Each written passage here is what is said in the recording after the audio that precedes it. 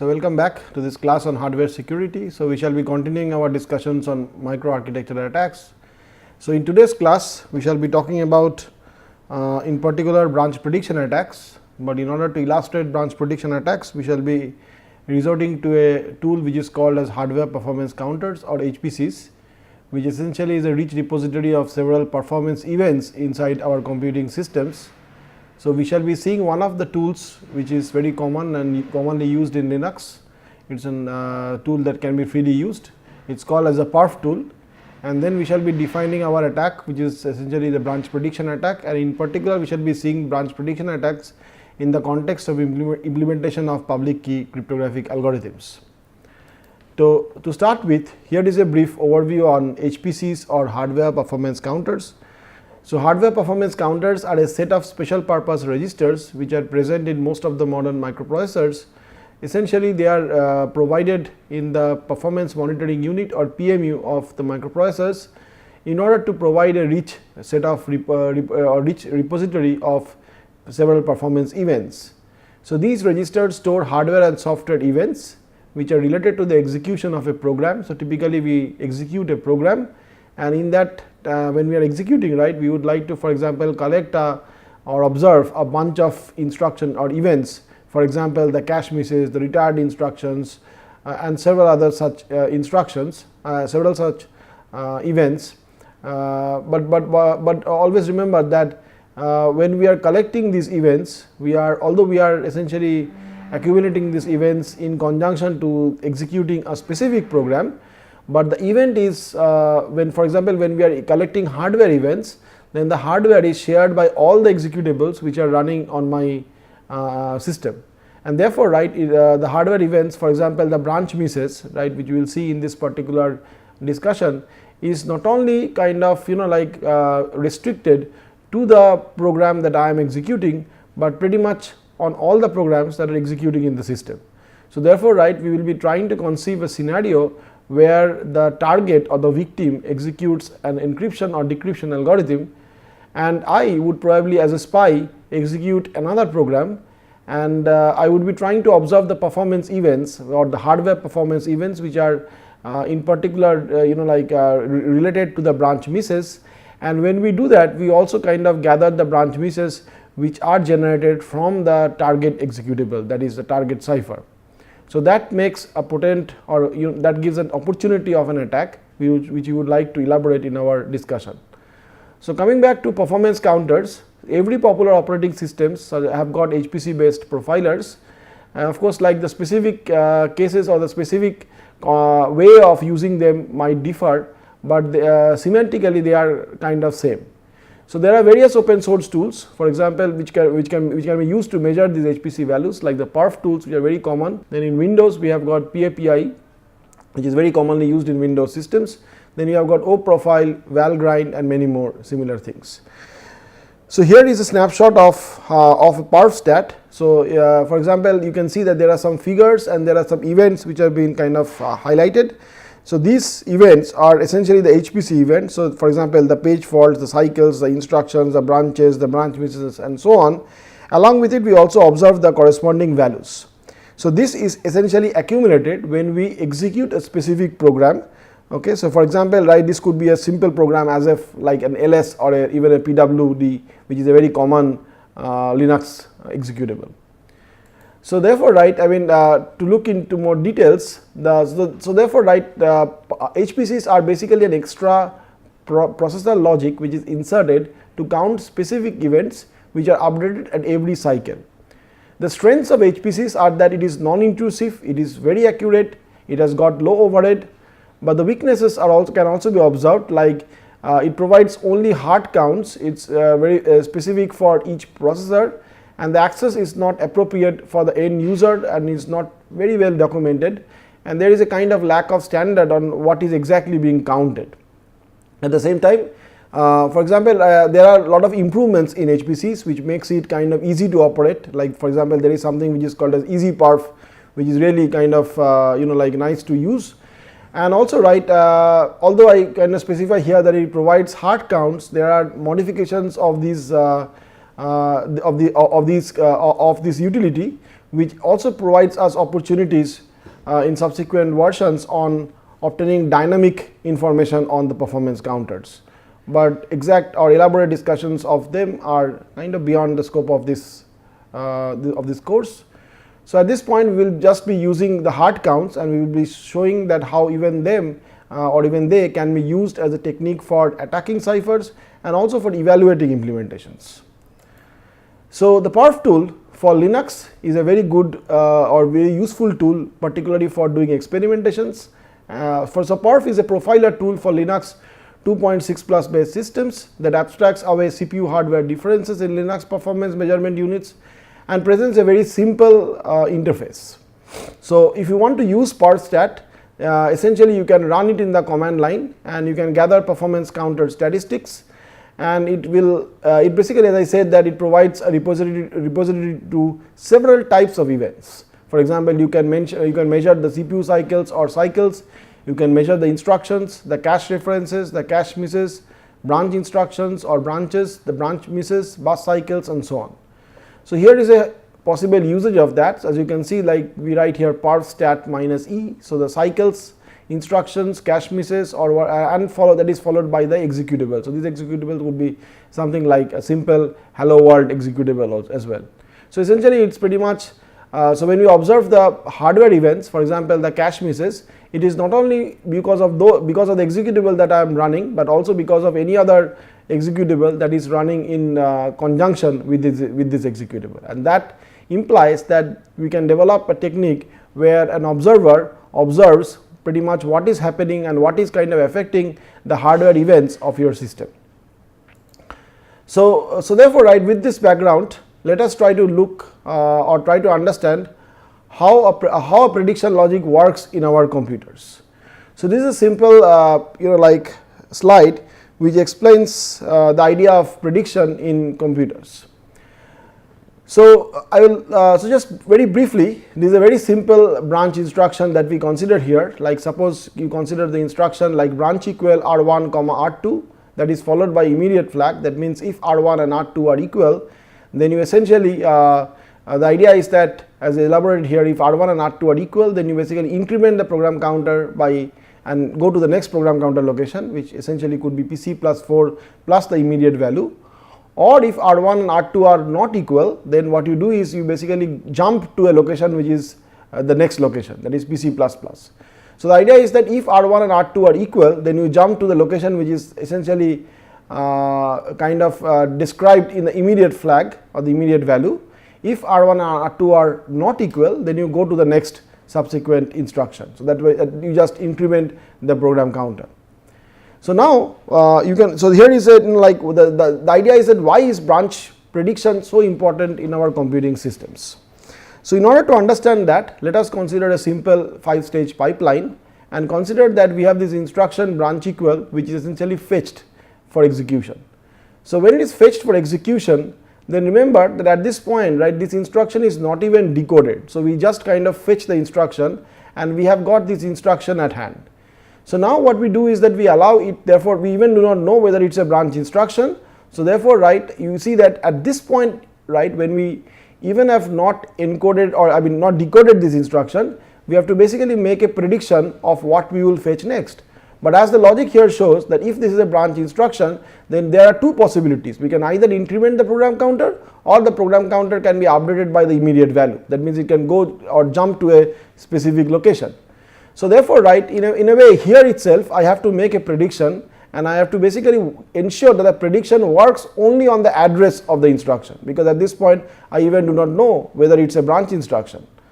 So, therefore, right, so when I allow the branch instruction to go to the next stage, which is essentially the read registers and also decode, at this point I probably know that it is a branch instruction because I can decode the opcode, but then by that time already I have kind of dragged in the next instruction, I have fetched in the next instruction. So, then what happens is that this instruction goes to the ALU and only then I know the outcome of the branch instruction. Remember, at this point I do not know the outcome, I have not yet read the values of R1 and R2 and I so do not know whether they are equal or they are unequal. So, therefore, right, at this point, when that is in the third stage of the pipeline, and this could be further deep when your pipeline is even more deep, which essentially happens in typical systems that we use or where we work nowadays. So that would imply that collectively we have like already fetched in few instructions, and at this point, right, if you believe that this instruction is essentially wrongly fetched, that means the branch, for example, resulted in an R1 equal to R2, then we have to basically kind of throw away these instructions and we have to bring in the correct instruction now. So that means, right, there are two things that we have already brought into our pipeline which we have to throw away from the pipeline. So this essentially makes essentially is not very nice, and this essentially is often, as in the computer architecture paradigm, called as control dependency. So we need to kind of have a mechanism, and branch prediction ways provides us that mechanism of kind of like reducing the effect or bad effect of a branch misprediction. So there are different ways of doing or developing predictors, and there is a rich history in that. So I will just try to kind of illustrate few of the important ones that we would probably need in our discussion. So the most common form of a predictor would be a 1-bit predictor, where essentially it is a 2-state finite state machine. So there are two states, like there is a state is in 0 or the state is in 1. The moment I basically see, for example, that the input or the branch input is taken, so in that case, right, I kind of jump from a 0 to 1 state, and therefore then for the next instance where I have to do a prediction, I predict taken. So therefore the one occurrence of a taken or not taken kind of changes my decision, and you will immediately understand that this is not a very nice prediction logic, although it is very simple. And similarly, like the other things are also defined. For example, a 0 to 1 transition, as I said, and a 1 to 0 transition will happen in case of a not taken. Likewise, in a state will remain in 0, for example, if there is not taken, and likewise if a state will stay in 1 if the taken branches keeps on occurring again and again. So therefore, right, this is not a very accurate or very nice way of doing prediction. For example, you can easily understand that if you have a sequence like taken, taken, taken and so on, followed by taken, not taken and so on again taken, then the moment there is a taken, I basically change my decision. So therefore, I start predicting taken, but then suppose I get a not taken. So that would imply that I change my decision, and therefore I make a misprediction. Again, when I get a not taken, right, I again make another misprediction, and therefore it pretty much implies that I make for every anomaly there are two mispredictions which occur. So this typically predicts well when there is always taken. For example, like the sequence would have been having all takens, and it would have worked well. If it was always not taken, then also it would have worked well. This would have also worked if the number of takens is significantly like more than the number of non taken, and say or for example the not taken is significantly more than always taken. But it does not work well in particular when the taken and the not taken are kind of equivalent in their numbers, and the taken is slightly greater than, for example, not taken, or the not taken is slightly greater than always taken, or for short loops, that is loops with an exit condition where one which stays in the loop and goes back. So these are typically loops which are often used in our programs, and essentially this implies these are loops like where there is one exit condition and there is one which stays in the loop and then goes back. So essentially you can consider a simple for loop to illustrate these kind of loops. It also works bad for cases where taken is equal to not taken. Okay, so this essentially typically works bad in those instances. So therefore, right, people have, or architects have developed a better predictor which is called as a 2-bit predictor. And the idea of a 2-bit predictor can be illustrated by a 4-state machine. It is something like a counter, and therefore it is often called as a 2-bit counter. As you can see that the initial state is a strongly not taken state. So now here, right, I mean as opposed to the previous one, we basically bring in another extra bit which is not only the prediction bit which I already have in the 1-bit predictor, but I also bring another extra bit which is called as a hysteresis or the conviction bit. So the idea here is that the state machine can be now can described by 4 states. So this is a strongly not taken state, there is a weakly not taken state, there is a weakly taken state and a strongly taken state. So the idea is that if you get or start getting sequences which are not taken, then you remain in your strongly not taken state, and then, right, if you start getting taken sequences, then you basically migrate from the strongly not taken to the weakly not taken, but you do not change your opinion. That means a single taken input, right, does not change your opinion, and you still keep on predicting not taken in the weakly not taken state. But if you get one more taken input, then you basically go to the weakly taken state and you start predicting taken as an outcome. Likewise, when you again get a taken input, then now you basically go into the strongly taken state and you again start predicting taken, and if you keep on getting taken, then you remain in that strongly taken state. Likewise, your transition from strongly not taken to weakly taken, and again from the weakly taken to the weakly not taken, and from weakly not taken to the strongly not taken will happen on a sequence of not takens. So, the idea is that you will basically change your decision if you get two different kinds of inputs, like if you get a taken, then you go from a strongly not taken to a weakly taken state and start predicting taken. And likewise, right, if you are, for example, either in the strongly taken state or in the weakly taken state, if you just like get two not taken sequences. So, for example, if you are in the strongly taken state and if you get a not taken sequence, but you get two of those kind of not taken states, then you basically go from the strongly taken state to the weakly not taken state and you start predicting not taken. So, here if you again like give the previous input, so you see that you have got a sequence of taken so on, followed by one anomaly. So, now note that this predictor is better than the one bit predictor, because now because of this one not taken state, and if you are in the strongly taken state, you do not change your decision. You do not, and therefore, right, if you start getting taken, you again start predicting taken, because you have not changed your decision. So, therefore, if you are in the strongly taken state and if you get a not taken as input, then this not taken will bring you to the weakly taken state and you will still predict taken as an outcome, and therefore, when the next taken occurs, there is no misprediction. So, therefore, you just get one misprediction per anomaly, which is kind of 2 times better than what you got previously. So, likewise, right, you can have a 3-bit predictor which can be even good, for example, if there are 2 not takens in between, but definitely, right, a 3-bit predictor will be more costly compared to a 2-bit predictor. So, therefore, right, in real life we will either have a 2-bit, or we will probably have either a combination of 2-bit predictors or 3-bit predictors, and probably it doesn't probably it is not so advantageous to go from a 3-bit predictor to more bit predictors. So, rather what we need to improve is essentially, but we still need to improve. For example, like these are certain instances which are 100% predictable, but they are not so predictable with n-bit predictors, like with 2-bit predictors or with 3-bit predictors. For example, if I give you a sequence like not taken, not taken, not taken, then as a human you immediately know that the next sequence would be taken. Okay. Likewise, if I give you a sequence like not taken, not taken, not taken, not taken, not taken, not taken, you immediately know that the next sequence is expected to be taken. Okay. So, they are kind of 100% predictable, but they are not predictable with a 2-bit predictor.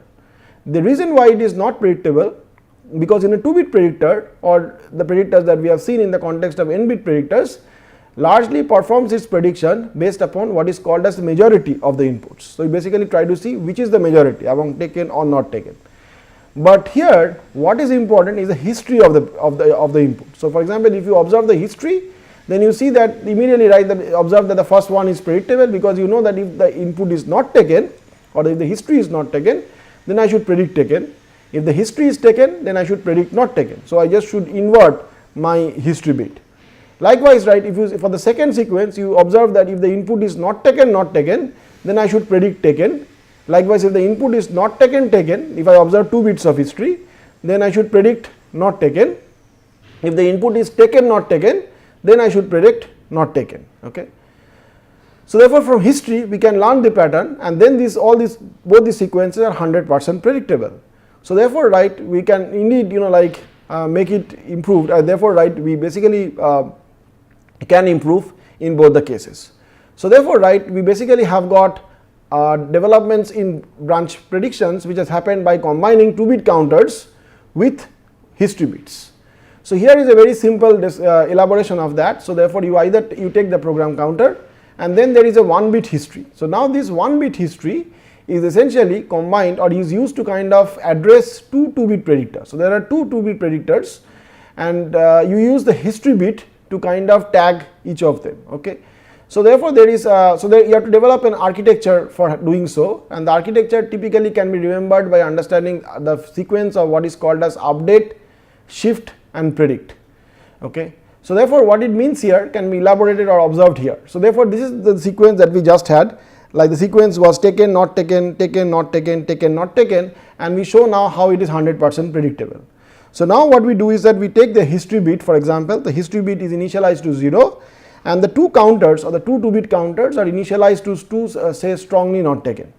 So now what you do is that you use this 0 bit to basically predict. So now therefore, as I said that the two 2-bit counters are addressed, the first one's address is 0, the next one's address is 1.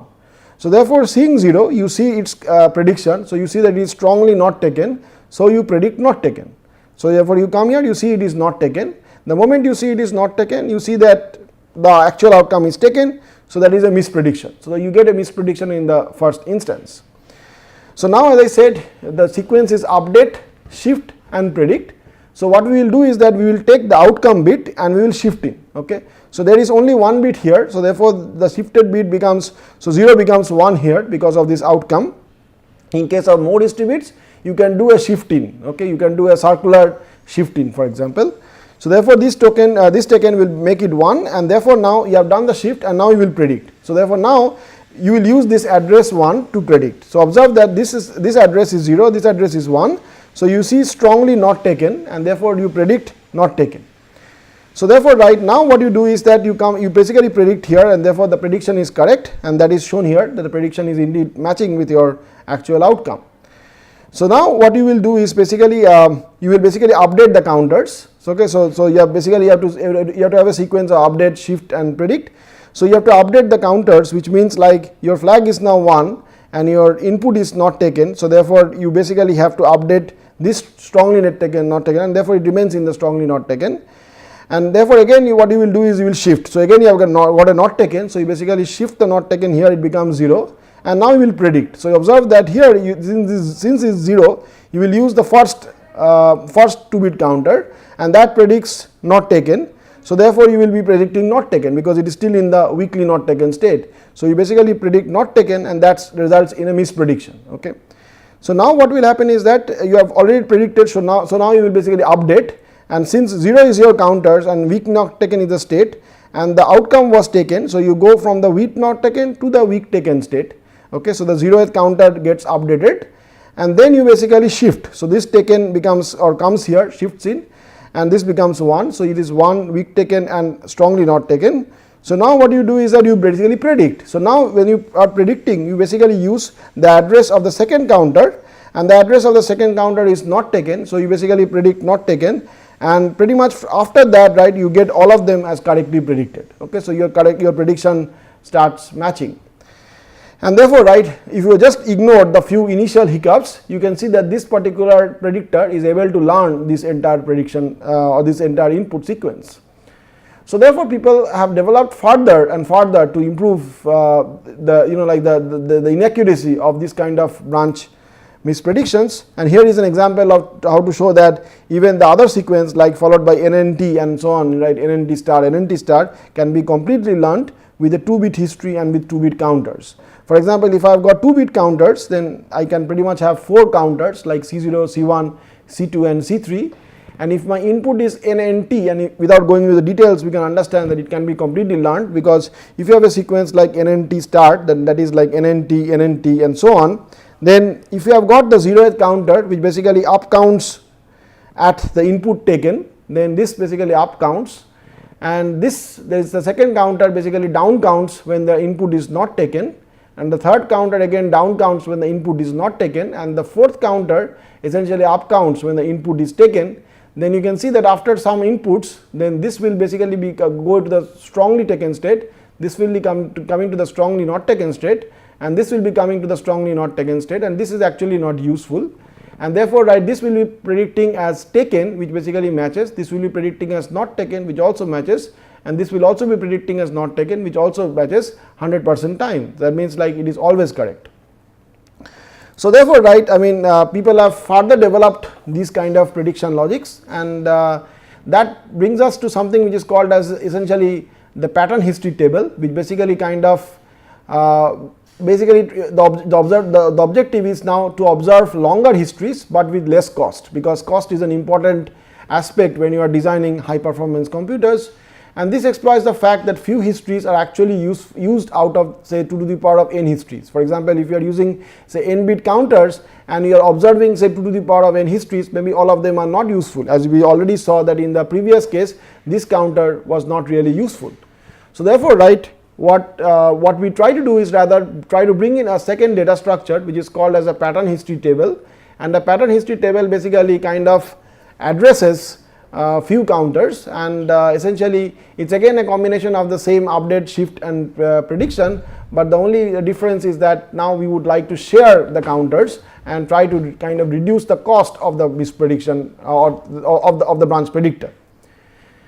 So the idea which I am trying to kind of imply here is that the branch predictions are much more complicated than say a simple model like a 2-bit predictor.